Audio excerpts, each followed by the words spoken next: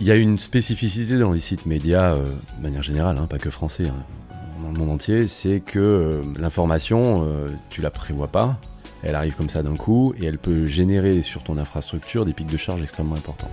Donc en tant que développeur, tu dois bien comprendre comment fonctionne ton applicatif et bien la customiser le maximum possible pour qu'elle tienne ces pics de charge. Voilà, ça c'est la base quand tu arrives dans les médias, tu dois bosser sur ce truc, tu dois être bon là-dedans. Donc en fait, la moindre petite erreur, tu la payes cash au moment où les gens veulent s'informer.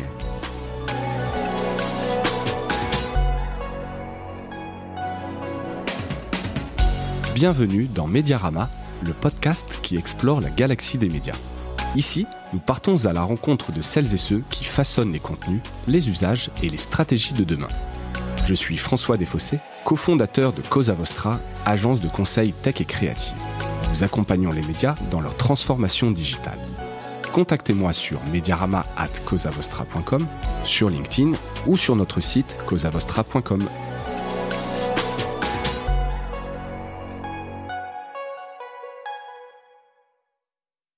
Bonjour à toutes et à tous et bienvenue dans ce nouvel épisode de Mediarama. Aujourd'hui, je ne reçois pas un chanteur de groupe, pas de rock, de jazz, Sam, mais bien Sacha Morard. C'est un petit clin d'œil, je vous expliquerai tout de suite après, le CTO du groupe Le Monde. Sacha, bonjour. Bonjour. Alors pour expliquer tout de suite ce clin d'œil, c'est que avant de devenir développeur puis directeur technique, tu as eu un premier parcours dans la musique. Et donc j'ai fait mes petites recherches, j'ai quand même retrouvé, donc sauf si je me trompe, c'était ça, Sam Sol Air Missile. Ouais, c'est ça, bravo. Voilà. C'est super, comme ça tu vas donner le leak à tout le monde et tout le monde va aller voir ce que c'est maintenant. C'est exactement. Alors après j'ai un peu cherché, j'ai pas trouvé malheureusement de vidéo ou quoi que ce soit. Donc alors oui, encore un peu. Il faut encore un peu du boulot. Voilà, il y a encore un petit peu de boulot.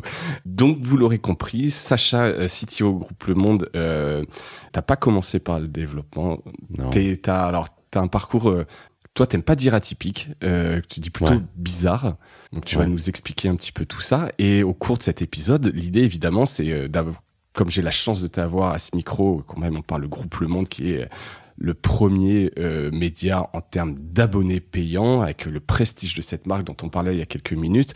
J'ai évidemment plein de sujets à voir avec toi, ce qu'est être développeur dans les médias, tous vos chantiers, comment on scale quand on est un média, parce que même si vous êtes un gros média, vous avez une croissance très forte dans le numérique ces dernières années, notamment grâce ou à cause de la crise sanitaire, selon d'où on regarde. Mais voilà également tous les défis, on verra, tu as récupéré aussi la DSI, donc ça c'est des sujets qui m'intéressent. Donc voilà, j'ai la chance d'avoir, je crois que c'est la première fois que j'ai un directeur technique, un CTO à ce micro de Mediarama, donc et pas des moindres, donc on va voir tous ces sujets-là. Merci d'avoir accepté l'invitation. Mais merci à toi.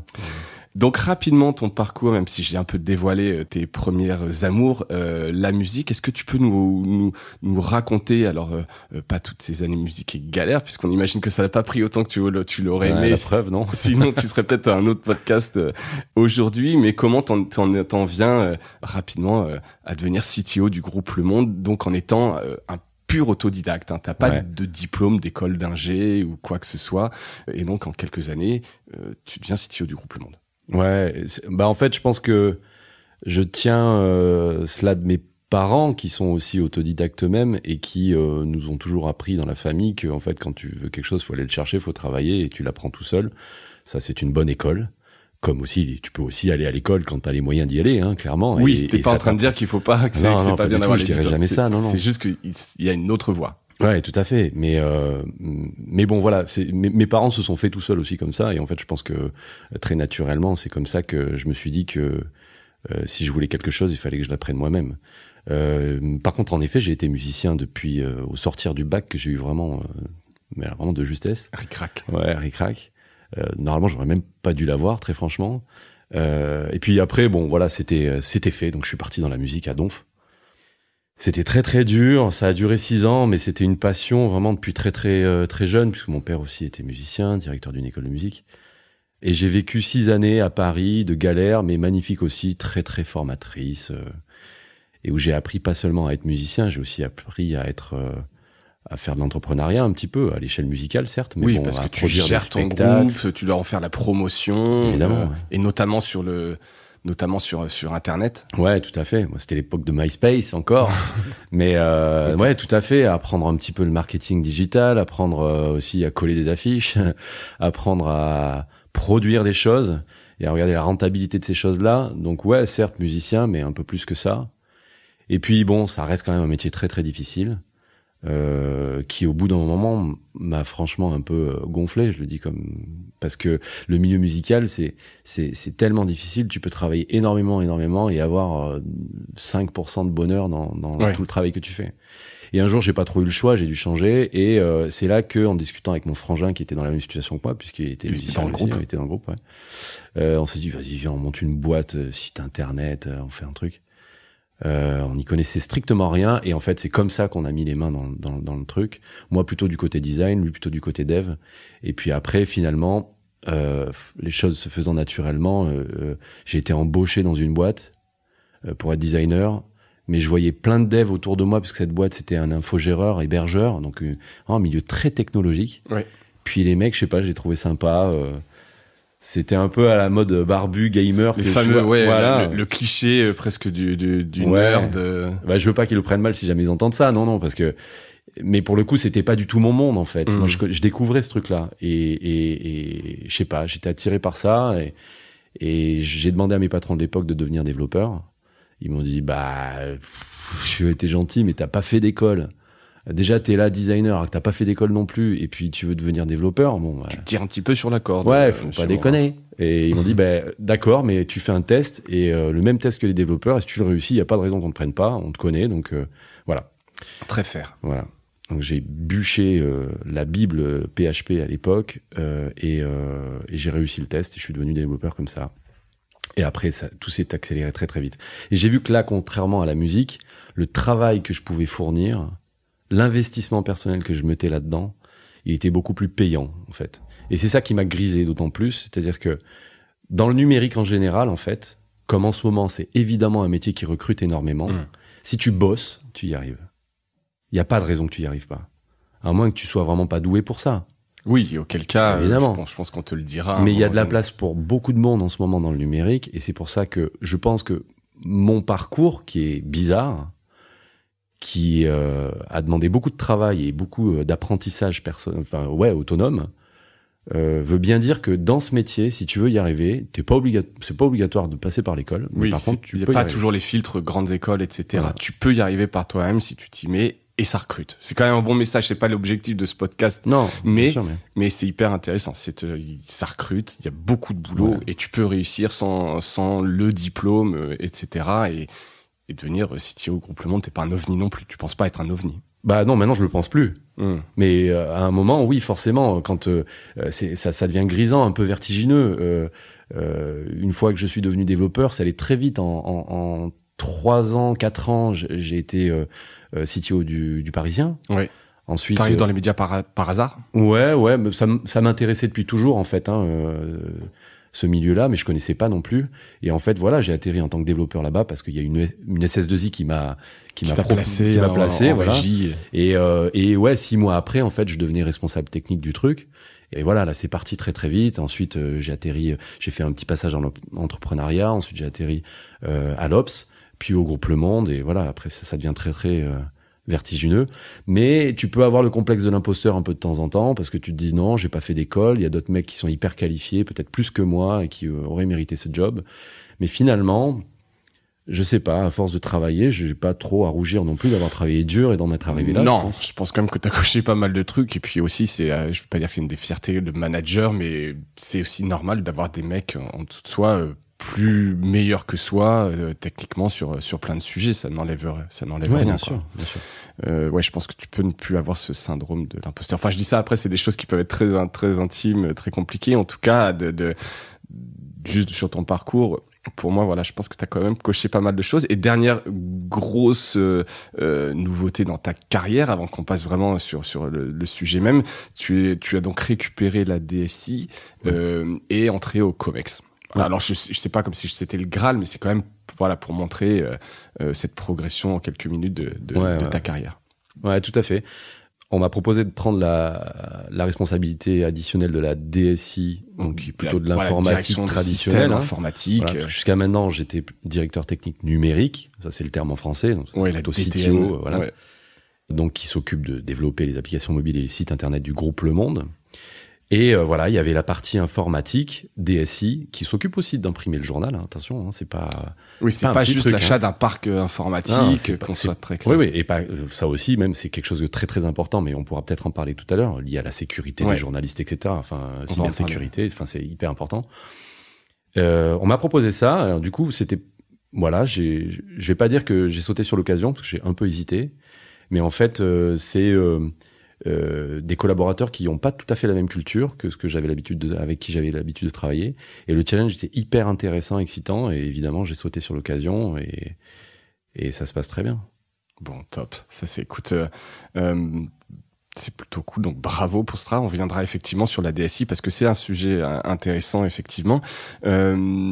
J'ai vu une de tes interventions en préparant cet épisode qui est faut-il savoir coder pour être CTO, et plus généralement j'aimerais qu'on parle un peu de ce qu'est être développeur dans les médias. Est-ce que les médias, par rapport à d'autres industries, c'est une industrie un peu spécifique? Est-ce que tu tires des leçons de tes passages au Parisien, à l'Obs, quand tu étais vraiment développeur? Ouais, bien sûr.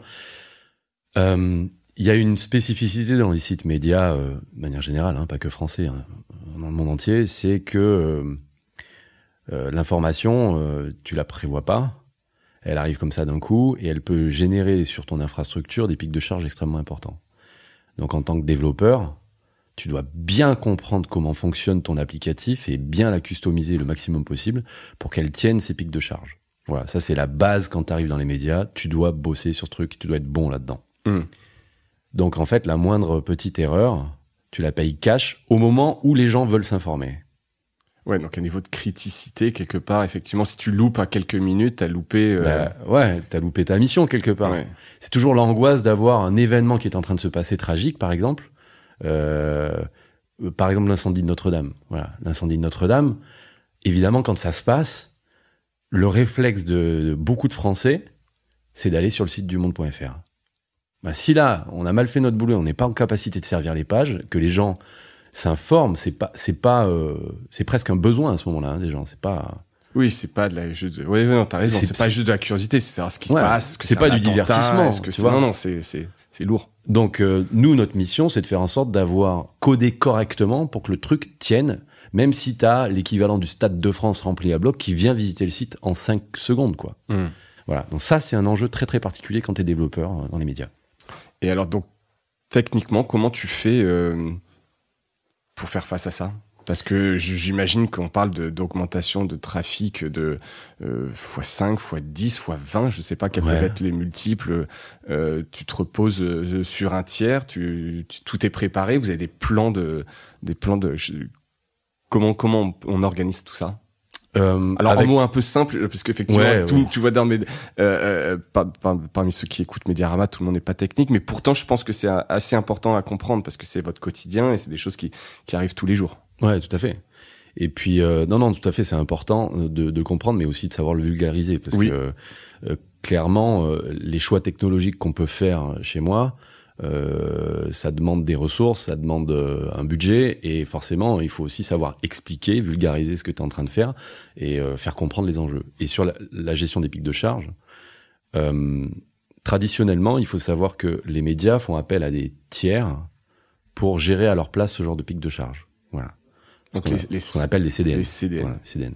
C'est-à-dire que plutôt que ce soit ton infrastructure qui prenne les pics de charge, t'as quelque chose devant cette infrastructure qui sait un peu faire office de pare-feu, en fait. Voilà. Ouais.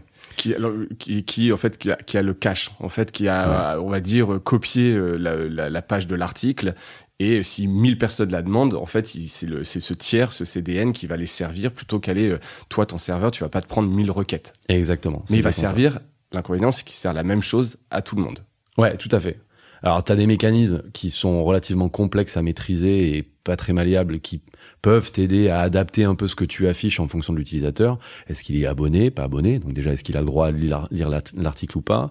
Est-ce que, je sais pas, moi, il a il a une offre particulière d'écoute de podcast audio qu'on va mettre dans la colonne de droite. Donc dans ce cas-là, il aura le droit de l'écouter. Et pas bon, il y a plein de solutions, mais si tu veux, au plus tu caches ce genre de choses via ces technologies-là, au plus t'es contraint en fait.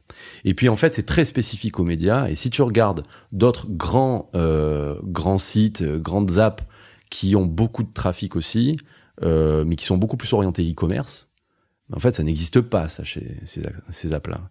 Évidemment, les infrastructures de ces grandes applications, de ces grands sites, utilisent beaucoup moins les CDN que les médias aujourd'hui. Pourtant, ils ont aussi des pics, tu vois, je pense, les Black Friday, etc. Exactement. Mais donc, ils n'utilisent pas de CDN pourquoi ? Simplement parce qu'en fait, le système doit être beaucoup plus intelligent que ça et pas systématiser l'affichage de la page la même pour tout le monde. Voilà. Ils veulent beaucoup plus s'adapter, personnaliser, et ils ont tout à fait raison. Et en fait, le pari que j'ai fait avec la refonte du site Le Monde en 2018, c'est que je ne voulais pas justement faire appel à trop de CDN, faire cacher les pages, donc les servir les mêmes pour tous, et je voulais que notre site devienne beaucoup plus dynamique, et donc du coup servir nos propres pages. Et ça implique quoi ? Ça implique de complètement revoir l'architecture de ton site internet, et de faire en sorte, par contre, qu'ils survivent au pic de charge. Et comment ça se passe ? Plutôt que d'avoir 1, 2, 3, 4 serveurs qui ne bougent pas, quand tu as un pic qui arrive, t'en allumes automatiquement 20. Okay. Puis 40 si ça continue, puis 50, puis 100, puis en fait, indéfiniment. Et donc ça, évidemment, on parle pas de serveurs physiques dans vos locaux, on parle de serveurs dans le cloud, avec donc cette espèce d'élasticité automatique, c'est ça ? Exactement. On fait appel à ce qu'on appelle des hyperscalers, donc qui sont généralement des offres d'hébergement de cloud, qui sont en capacité de nous fournir ce service. Et alors, question peut-être un peu candide, mais ça coûte plus cher que de travailler avec un CDN ? Non, après avoir fait plein de calculs, je peux confirmer que ça coûte pas beaucoup plus cher. Ce qui est sûr, c'est que tu es beaucoup plus en capacité de servir de l'information correctement à tes utilisateurs, de faire plein de trucs qui vont optimiser l'expérience de lecture. Et en fait, le résultat, c'est que tu vas probablement augmenter tes pages vues, si tu te débrouilles bien, probablement augmenter ta recirculation, probablement augmenter tes taux d'abonnement. Oui, parce qu'en fait, si tu as un contenu plus personnalisé, plus de call to action ou plus de choses pertinentes qui donnent envie de s'abonner quelque part. Ouais, tout à fait. Et ça, c'est en 2018, c'était nouveau en France, dans les médias, personne le faisait, ça a été accueilli comment en interne ? Si, il y a quelques médias qui le font, mais pas avec autant de trafic que le site Le Monde. Voilà, moi j'en connais très peu. Oui, toi c'était un peu, je vais pas dire disruptif, mais c'était une très grosse décision par rapport à tous vos volumes, etc. Ouais, qui a été d'ailleurs pas mal discuté en interne. Il y en avait certains de mes équipes qui y croyaient pas trop, parce qu'ils étaient très très habitués à travailler différemment. Mais voilà, non, au contraire, c'est un challenge technique, mais qui est pas, franchement, c'est pas dingue. Il y a énormément de sites e-commerce qui le font. Il y a toutes les grosses entreprises, Amazon, Facebook est un site dynamique. Enfin, je veux dire, s'ils le font, pourquoi on n'y arriverait pas nous ? Il n'y a aucune raison, en fait. Non, donc tu peux regarder du côté des e-commerce pour voir les bonnes pratiques en termes d'infra. Ils ont un peu d'avance, peut-être même sur bien sûr, sur les médias. Évidemment qu'ils ont de l'avance. Ok, donc ça c'est intéressant. Donc ça c'est mis en place. Évidemment, c'était une grosse décision qui a, je vais pas dire assis ta position, mais c'était un pari réussi. Ouais, tout à fait. Top. Écoute, ça c'est intéressant parce qu'effectivement, tu vois, nous on développe des sites alors plus petits et on a l'habitude de travailler avec des CDN. Est-ce que ça veut dire que chez les médias, il doit y avoir plus de compétences sur ces sujets-là particulièrement, ou est-ce que tu peux décider du jour au lendemain de basculer d'une offre CDN à un hyperscaler dont tu parlais et c'est quasi automatique, ou non, ça te nécessite en interne d'avoir des mecs qui sont très bons sur ces sujets-là ? Ouais, ça nécessite en interne de construire tes équipes pour qu'elles soient en mesure de réussir ce pari, évidemment. Donc, au Monde, j'ai la chance d'avoir finalement pas mal de personnes à la direction technique, pas mal de développeurs. Combien vous êtes ? Là, en ce moment, nous sommes 75 à la direction technique numérique, 75 développeurs, product owners, mais les équipes numériques sont bien plus larges que ça. Je crois que j'ai fait le compte la dernière fois, c'est à peu près 120 personnes. Parce que là, dans les 75, je compte pas les équipes UX design, marketing, etc. Mais tous ces personnes-là contribuent à la même échelle, en fait, que les développeurs. Mais juste, cet indicateur est hyper important. 75 personnes à la technique. Ouais, c'est énorme. J'ai de la chance. J'ai vraiment beaucoup de chance. Mais j'ai de la chance pourquoi ? Parce que c'est aussi Les abonnements numériques sont en croissance, le journal se porte de mieux en mieux. Donc et en plus avec le directoire, on a vraiment envie d'investir dans la technologie. On sait que ça peut nous aider à atteindre nos objectifs. Donc c'est un cercle vertueux, et au plus on avance, au plus nous avons de la latitude pour investir encore et encore dans la technologie. Oui. Sur 75 personnes, effectivement, tu peux monter une équipe ad hoc pour tester des choses.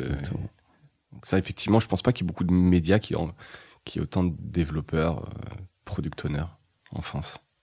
Je crois pas. Non, je crois pas. C'est plus gros que Cosa Vostra. Ouais.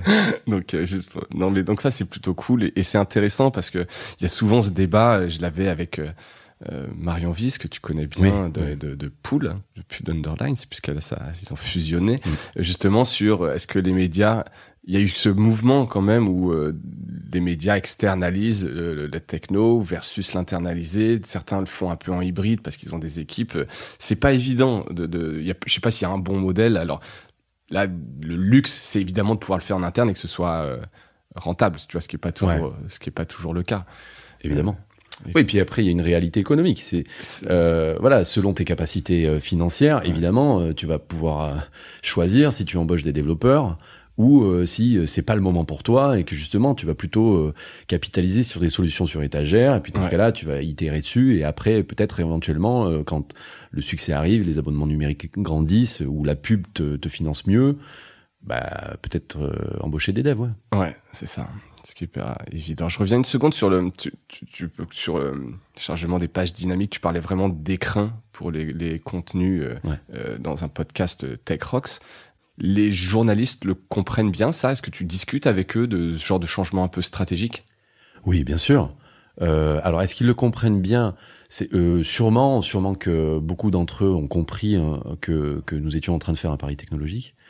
On a beaucoup d'échanges avec beaucoup de journalistes, évidemment, sur ces questions-là.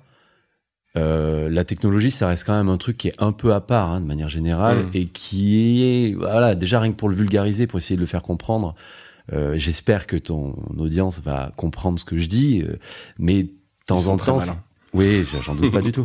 Mais bon, de temps en temps, il faut vraiment faire un effort particulier pour essayer de pas non plus parler chinois, quoi, tu vois.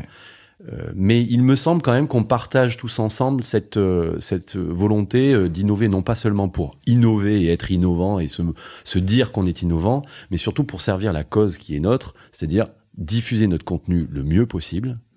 Voilà. Et c'est pour ça que je parle d'écrin, c'est-à-dire que nous, notre rôle à la direction technique numérique, c'est de mettre en avant correctement les contenus des journalistes. On bosse pour la rédaction. Oui, vous n'êtes pas une boîte tech. On le sera jamais. Vous êtes un journal. Quand tu parles du Monde, après il y a le groupe, mais vous servez des contenus, et plus ça est rapide et plus c'est personnalisé, mieux c'est. Ouais. Alors attention avec le mot personnalisé. Quand on dit personnalisé, c'est pas, les contenus des journalistes ne sont pas personnalisés à l'utilisateur. Je fais cette distinction, c'est très important. Elle est très importante. Elle est très très importante parce que on peut mal le comprendre. Non, c'est éventuellement le contour des articles qui peuvent être personnalisés en fonction de l'utilisateur, ce qu'il a le droit, ce qu'il n'a pas le droit, à quelle offre il a souscrit. Ce genre de choses, voilà. Donc c'est plutôt d'aller vers des stratégies proches de l'e-commerce. Conversion d'un visiteur. Voilà, conversion. Logué puis abonné. Exactement. Mais évidemment, le contenu, la rédaction est maître de ce contenu-là, et si elle décide de le diffuser, elle le diffuse, et il n'y a rien qui l'altère. Je préfère être clair. Non, mais c'est hyper important parce que depuis des années, on parle de personnalisation des contenus avec des rêves d'algorithmes. À la Netflix, ils te personnalisent entièrement ta homepage en termes de contenu.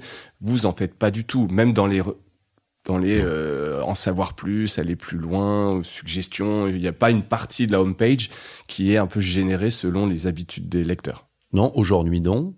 Ce n'est pas pour autant qu'on n'en a pas déjà discuté entre nous. J'imagine. Voilà, forcément. Parce que...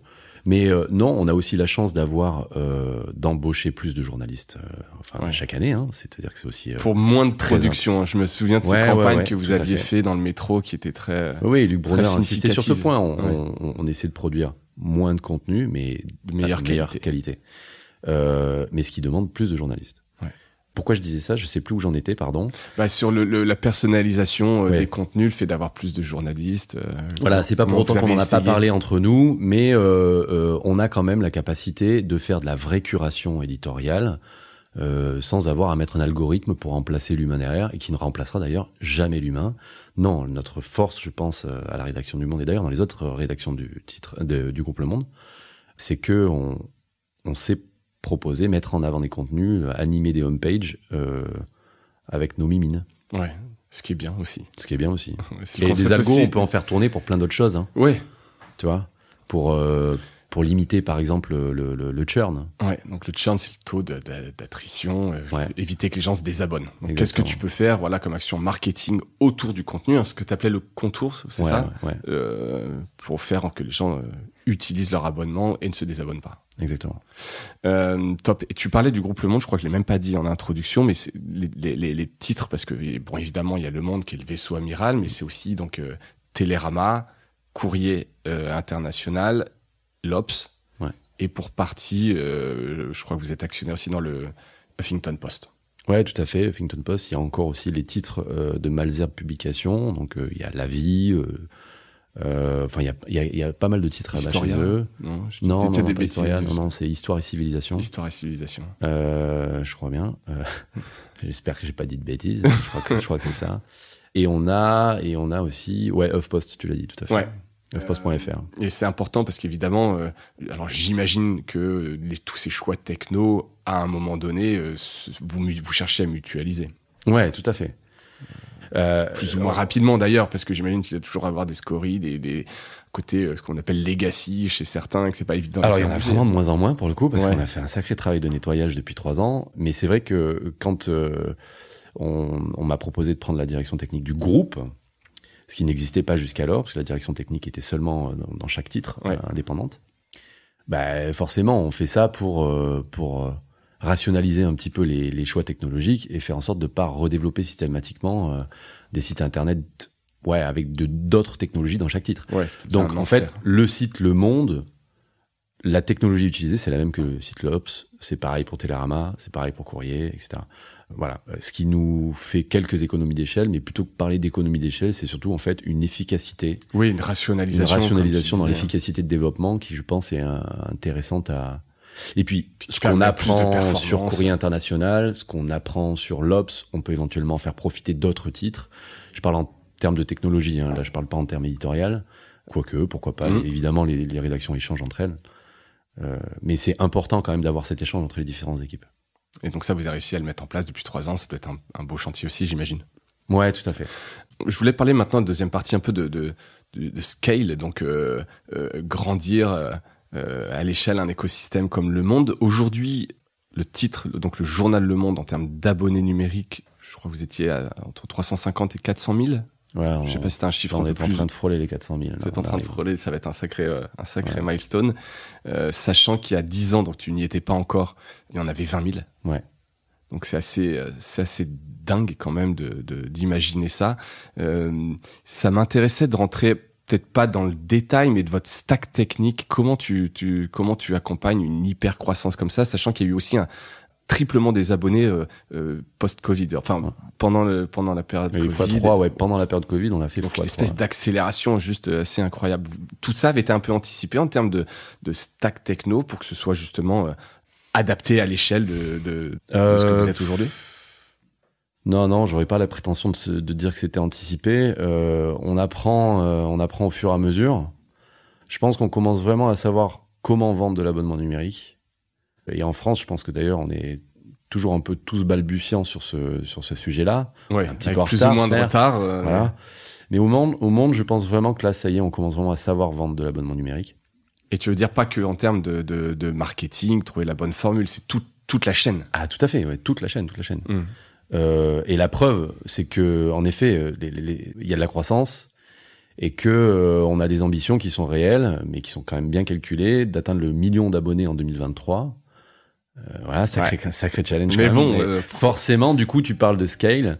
Pour atteindre ce 1 million d'abonnés en 2023, il faut constituer des équipes avec beaucoup de réflexion, savoir comment tu vas les découper d'ailleurs, on parle de découpage à ce moment-là, parce que tu peux pas faire simplement rajouter des développeurs dans une équipe, c'est pas pour autant que tu vas aller plus vite, c'est pas comme ça que ça marche. Ou des serveurs en se disant il y a plus de trafic, donc j'augmente juste mon nombre de serveurs. Ouais, c'est pas comme ça que ça marche. Tous les CTO ou les gars de la tech te diront qu'en fait c'est pas aussi automatique, il faut que tu réfléchisses à découper tes équipes en fonction d'ailleurs de l'architecture technique que tu veux construire, le plus souvent. Et du coup, peut-être qu'une équipe qui s'occupait du site, tu vas la découper en 3 et ces 3 équipes vont être spécialisées chacune d'une partie du site, ce qu'on appelle des feature teams par exemple. Voilà, ça c'est ce qu'on est en train de faire particulièrement parce que chaque année, on augmente les effectifs. Voilà, donc, mais on les augmente pour un seul objectif, c'est d'atteindre le million d'abonnés en 2023, même d'aller plus loin.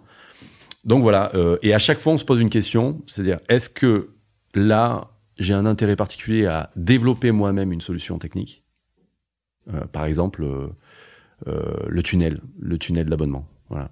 Est-ce que moi j'ai intérêt maintenant à constituer une équipe pour internaliser le développement du tunnel d'abonnement? Donc en prenant en compte le fait que tu vas avoir une période d'apprentissage qui sera plus longue que si tu prends un produit sur étagère, mais que les coûts par rapport à etc. Donc c'est toutes plein de facteurs. Hein, t'as plein de facteurs. Et en fait, étape après étape, on essaie de mettre l'investissement technologique là où ça fait du sens pour nous au niveau business. Voilà, comme ça qu'on essaie de le réfléchir. Donc au départ, on a mis beaucoup de personnes sur le site web, la refonte du site web, générer de la conversion depuis les articles, ça c'est bon. Ensuite, là, on a mis focus sur l'app. L'app vient d'être renouvelée, magnifique, super travail qui est sorti très récemment. On est hyper content des résultats. Et là, maintenant, on passe au tunnel. Voilà, et petit à petit, voilà. Donc le tunnel, juste pour rappeler, c'est à partir du moment où je clique sur je m'abonne jusqu'à ce que ce soit fait, c'est quelles étapes? Est-ce que ça se fait directement dans l'article où j'ai cliqué? Est-ce que ça envoie vers la boutique? Quelles sont toutes ces différentes étapes? C'est ça le tunnel. Ouais, c'est ça. Ça paraît simple dit comme ça, en fait, le tunnel, j'ai l'impression que c'est... C'est vrai que ça paraît extrêmement simple. Oui, je sais que ça l'est pas, mais tu as raison.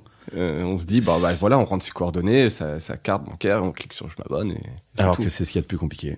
C'est ce qu'il y a de plus compliqué. Il y a plein de frictions possibles, en fait, dans un tunnel qui peut décourager le lecteur à s'abonner. Et donc, évidemment, c'est pas dans notre intérêt. Il faut que le truc soit le plus fluide possible. Ouais. Donc, on parle de performance web. Ouais, il faut que ce soit la plus rapide, hyper rapide à l'affichage sur le navigateur. Mais aussi dans l'expérience utilisateur, il faut que ce soit optimisé et que la personne qui veuille s'abonner puisse s'abonner tout de suite. Et c'est toi qui fais ces arbitrages entre, justement, parce que ça peut être complètement contradictoire entre l'UX, donc l'expérience utilisateur, et la web perf, ça peut être un peu contradictoire. Oh non, je pense pas. Non, justement, je pense que c'est très très complémentaire. Chez nous, je pense qu'on a fait du sujet de la web perf un élément fondamental, en tout cas un KPI fondamental, un indicateur fondamental de tous nos choix. Vous êtes guidé par la web perf. Ouais, pas que, évidemment, mais on est guidé par la web perf. En tout cas, c'est dans nos... Donc, du coup, l'expérience utilisateur, notre équipe UX Design, qui travaille sur plein de sujets, sur des études auprès de bêta-testeurs, etc., a forcément en tête cet indicateur à respecter, à sanctuariser et à donc, optimiser. Très tôt dans leur réflexion, ils testent la perf de ce qu'ils font, etc. Oui, alors sur la partie test pure de la performance, ça c'est la direction technique qui s'en occupe, mais peu importe, ça c'est des détails. Mais oui, en effet, c'est un indicateur qu'on met systématiquement quand on... sensibilisés. Ouais. Exactement. Tu parlais donc des choix internes, externes. Il y a des. Alors je sais, on avait eu Pierre Sirignano à ce micro que vous avez développé votre CMS, votre propre CMS, que ce que d'autres grands médias ont fait, Arc Publishing, Washington Post, et donc vous avez développé votre CMS qui est maintenant déployé sur l'ensemble des titres du groupe. Ouais. Est-ce qu'il y a d'autres briques comme ça importantes sur lesquelles vous avez développé vous-même? Je pense notamment quand tu dois gérer ce qu'on appelle le CRM, ou alors je sais pas comment vous l'appelez chez vous. Est-ce qu'il y a eu beaucoup de termes, c'est DMP, CDP, il y a beaucoup d'acronymes. Cette brique-là qui permet un peu de collecter les données de vos utilisateurs. Alors comportemental, le terme est un peu grand, mais donc vous faites cette collecte de données dans un outil maison, dans un outil marché? Les deux. Les deux. On utilise un CRM externe, une solution donc sur étagère. C'est très vulgaire d'ailleurs de le dire comme ça, solution sur étagère, je trouve. Ça fait un peu un bon. Non, alors que souvent on connaît le niveau de personnalisation qu'il peut y avoir sur ces outils. Et c'est souvent des outils vraiment géniaux et hyper bien pensés, hyper bien développés. Mais en tout cas, on peut travailler avec beaucoup de partenaires sur ces solutions-là, sur le CRM, sur je sais pas, le moteur d'abonnement, c'est un partenaire. Il y a plein de choses comme ça en fait qu'on utilise. Sur l'analytics, bien sûr, on utilise beaucoup de partenaires. Oui, il y a des sujets, ça n'a pas de sens d'aller. Et après, tu disais sur la collecte de données, on a quand même voulu développer notre propre moteur de collecte de données first party, mais surtout pour l'orienter pour le destiner à l'éditorial. D'accord. Pas pour le marketing abonnement. Non, non. En fait, ça peut booster la conversion, bien sûr. Il y a des outils pour booster la conversion dessus. Mais il y a aussi plein de choses pour alimenter notre CMS en données. Voilà, c'est pour ça aussi qu'on l'a construit. En effet, en 2014, moi j'étais pas là à l'époque, mais Le Monde a décidé de développer de nouveau son propre CMS, ce qu'il avait déjà fait au préalable. Ok, je savais pas qu'il y avait eu un premier. Ouais, pas qu'un premier, je crois qu'il y en avait plusieurs. Et en fait, à cette époque-là, ils se sont dit, sur le marché, on n'a pas ce qu'on veut. Il n'y a pas vraiment la solution qui nous plaît, parce que le critère principal, c'était d'avoir un outil qui était bimédia, capable de publier aussi bien sur le print que sur le web. Et voilà, ils n'avaient pas trouvé leur bonheur. Donc, ils se sont dit, on va le développer nous-mêmes. Super pari, mais hyper dangereux, notamment quand tu travailles avec une rédaction aussi quali que Le Monde, aussi pointilleuse dans le bon sens du terme. Ouais. Mais on a constitué à l'époque une équipe vraiment avec la philosophie de faire le meilleur produit pour les journalistes. Et d'ailleurs, dans cette équipe, il y avait des journalistes. Et je pense que c'est ce qui a changé beaucoup la chose. C'est-à-dire que très très vite, on a construit un truc qui était fait pour les journalistes et par les journalistes. À façon. L'adhésion au sein de la rédaction, quand on l'a déployé, était énorme.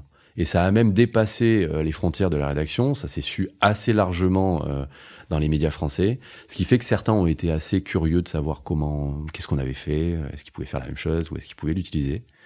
Donc l'idée de le vendre, de vendre cette solution. Dont on parlait avec Pierre et ça démarrait. Est-ce que vous avez réussi aujourd'hui Alors justement, je te fais l'annonce qu'on a réussi aujourd'hui. Ouais, tout à fait. On a réussi. Félicitations. On a et pas un titre du groupe, me sort pas. Non, pas un titre du groupe. Non, tous les titres du groupe sont équipés aujourd'hui. Équipés ou en donc train ça s'appelle comment ce CMS Alors il s'appelle Sirius. Sirius, c'est ça. Sirius, qui est un écosystème d'outils à destination éditoriale. Donc il y a le CMS, bien évidemment, qui aujourd'hui est vendu au Temps.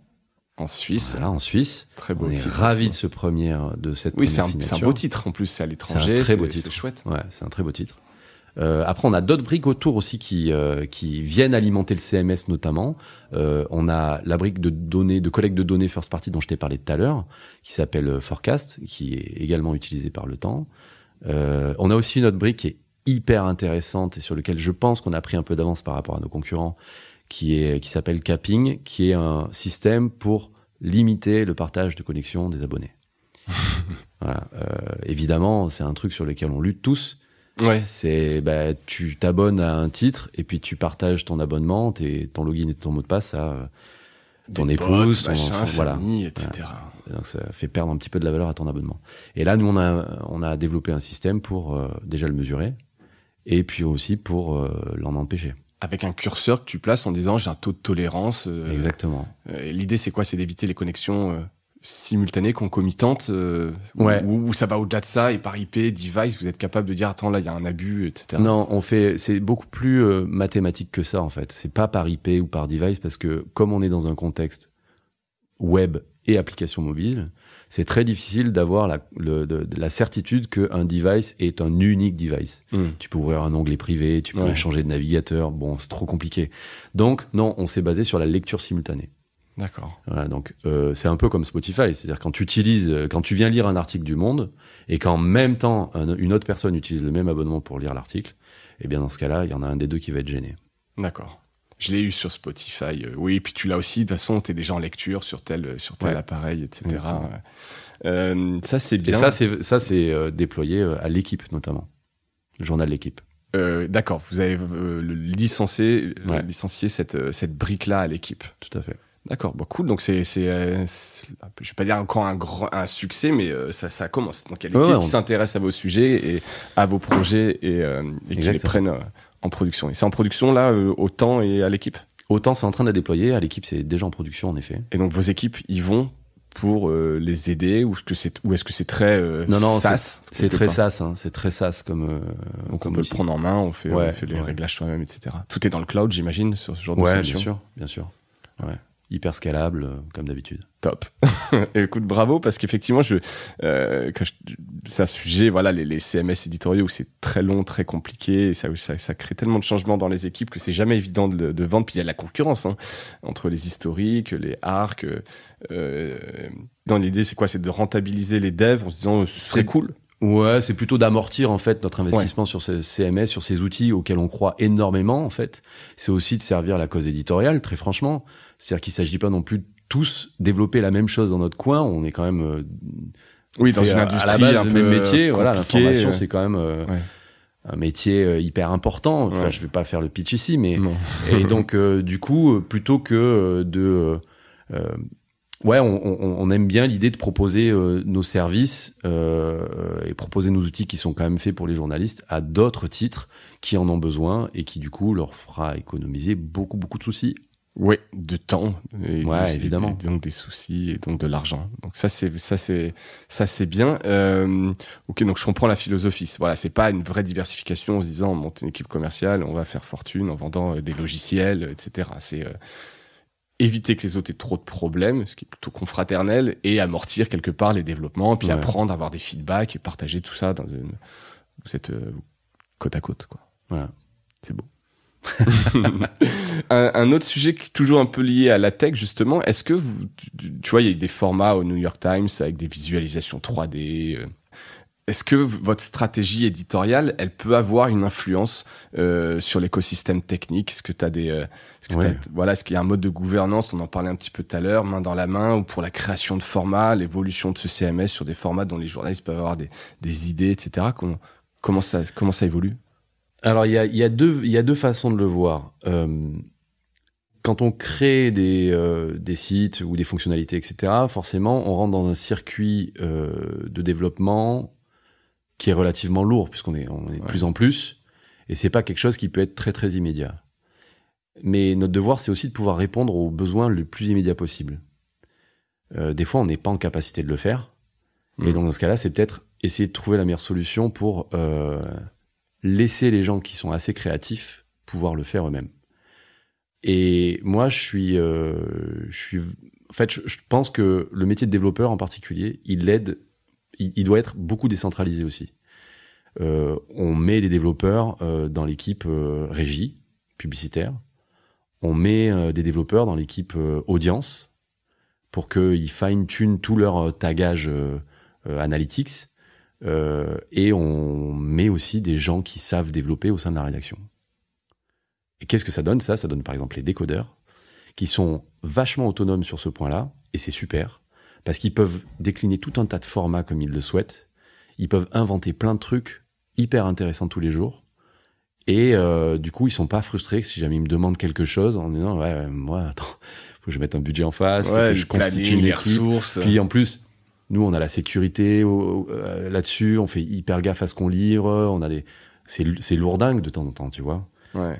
Donc voilà, il y a ces deux manières de voir ça. Et évidemment, entre la rédaction qui a ses projets éditoriaux et nous, il y a un échange perpétuel et en fait, comme on est là pour servir leur cause, le plus souvent, en fait, on reçoit des espèces de demandes qu'on va ensuite retravailler avec eux pour les adapter sur ce qu'on est capable de faire ou pas, en fonction de ce qu'on est capable de faire.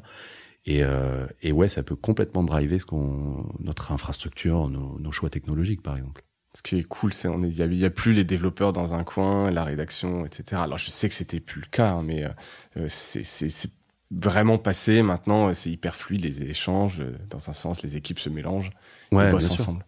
Et sur un projet comme on parlait un peu de cybersécurité, c'est un peu lié. Vous êtes donc dans ces titres mondiaux qui est sollicité quand il y a des leaks, tu sais, de données, des gros datasets, etc. Est-ce que tu es impliqué dans ce genre de choses ou c'est uniquement des cellules de journalistes? Tu vois ça, tu vois un Alors peu... non.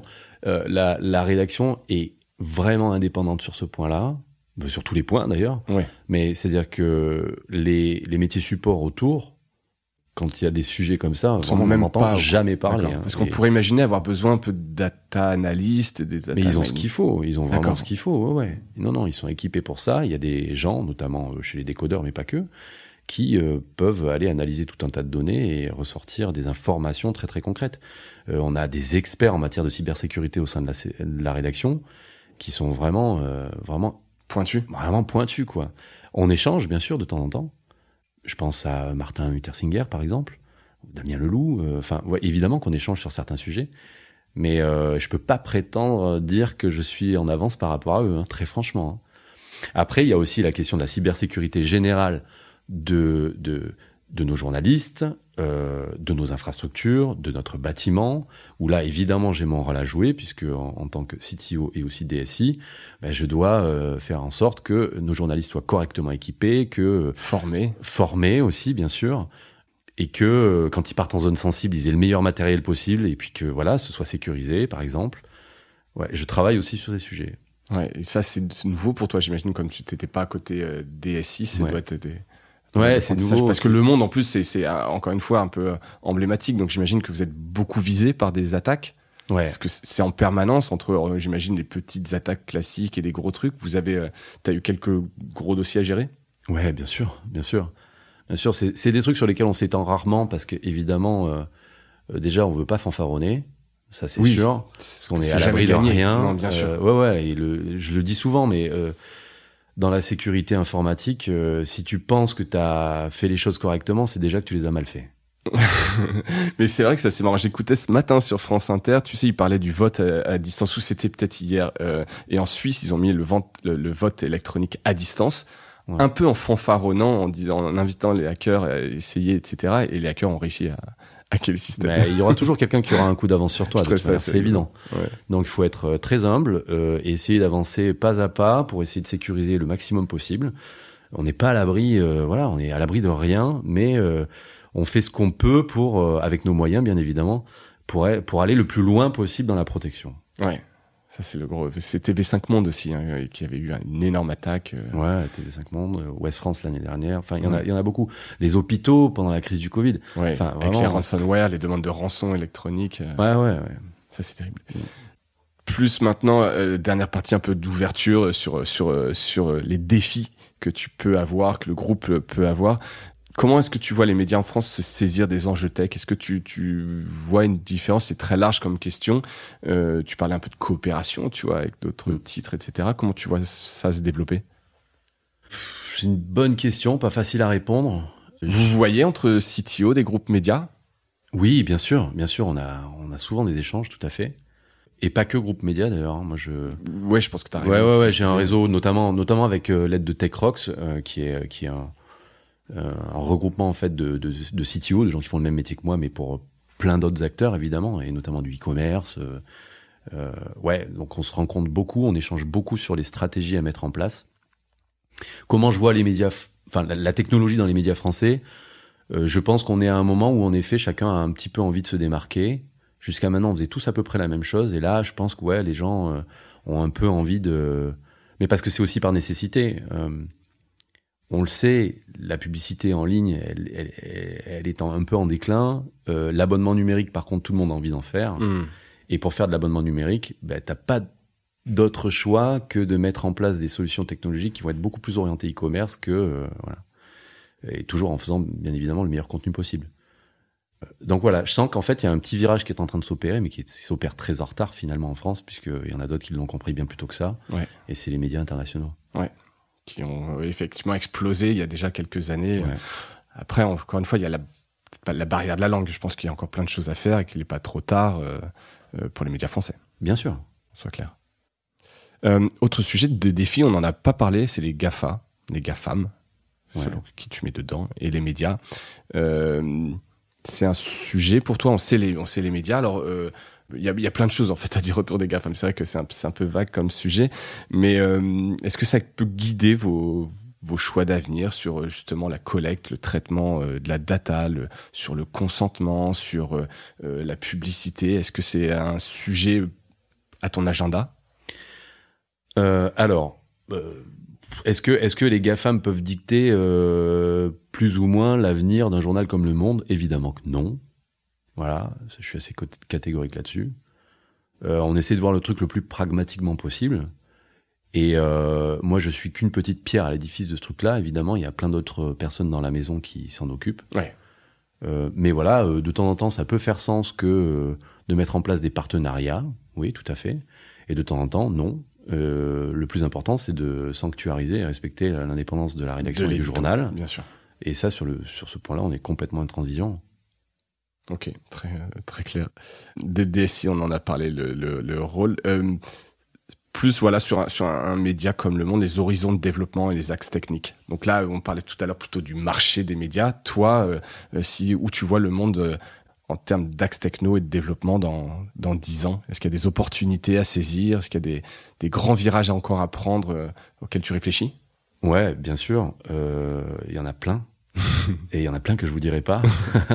Faut le garder ce petit coup d'avance. Ouais, évidemment. Après, c'est vrai qu'il se joue beaucoup de choses en ce moment au niveau technologique. Il y a des innovations technologiques qui sont hyper intéressantes. Et moi, je les vois comme des opportunités à saisir. Je peux parler, par exemple, de GPT-3, qui est un moteur de langage assez dingue. Moteur de langage, c'est quoi? C'est en fait une intelligence artificielle qui comprend un texte. Est capable de le comprendre. Ce qu'on n'arrivait pas à faire encore jusqu'à récemment, comprendre le sens d'un texte. Voilà, en fait, ce qu'on faisait pas aussi bien qu'avec cette dernière techno. Ça, ouais, je pense qu'il y a un truc à créer avec ça. C'est vraiment, mais ça peut aller aussi bien de améliorer vraiment les moteurs de chat conversationnel, voilà, parce que voilà, aujourd'hui, c'est quand même pas non plus hyper malin ces trucs-là. Ça peut servir au service client, ça peut servir à reformuler des phrases, ouais. Ça peut servir à plein de choses en fait. Il y a plein de cas d'usage derrière, mais je pense que là on a une innovation technologique à saisir comme une opportunité pour nous créer des innovations. Voilà, il y a ça. Après, bon, il y a plein de trucs autour de l'audio qui sont en train de se faire évidemment aujourd'hui, et donc là, on regarde ça avec attention. Et puis, de manière générale, ça va être enfin, tout le monde va pouvoir dire la même chose, mais sur la donnée, on a encore énormément de choses à faire. Mieux la comprendre, mieux comprendre nos audiences, savoir nous adapter mieux à leurs attentes aussi. Et j'y crois par-dessus tout,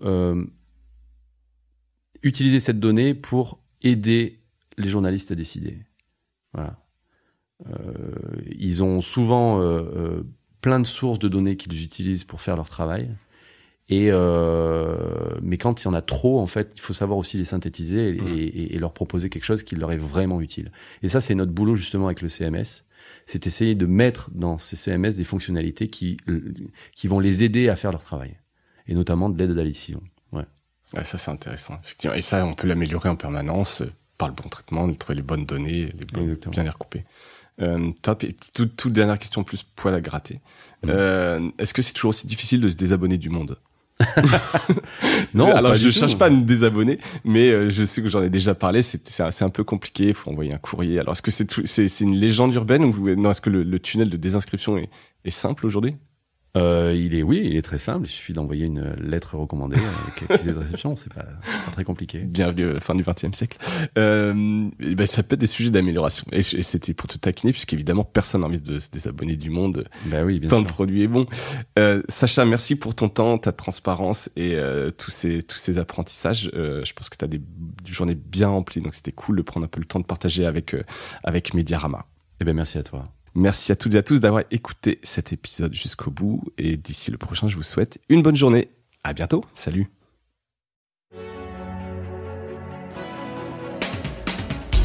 Merci d'avoir écouté cet épisode de Mediarama. J'espère qu'il vous a plu. Si c'est le cas, abonnez-vous pour ne rater aucun épisode. Parlez-en autour de vous et laissez-moi un commentaire sympathique sur Apple Podcast. Ça m'aide à remonter dans les classements. N'hésitez pas non plus à le partager autour de vous. Chaque nouvel auditeur intéressé est une victoire. Si vous avez besoin d'un accompagnement tech et créatif, que ce soit pour votre stratégie de présence en ligne, la refonte de votre site ou encore l'obtention d'une subvention, n'hésitez pas à me contacter à l'adresse mediarama@causavostra.com. À bientôt.